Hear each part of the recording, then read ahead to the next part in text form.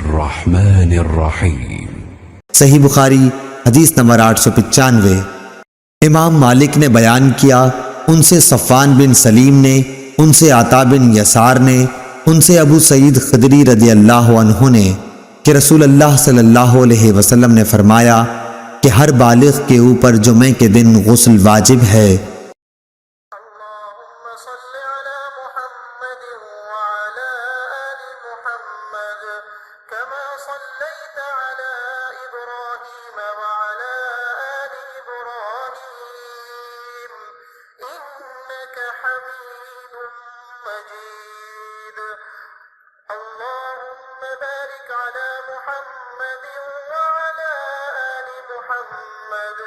كما باركت على إبراهيم وعلى آل إبراهيم إنك حميد مجيد।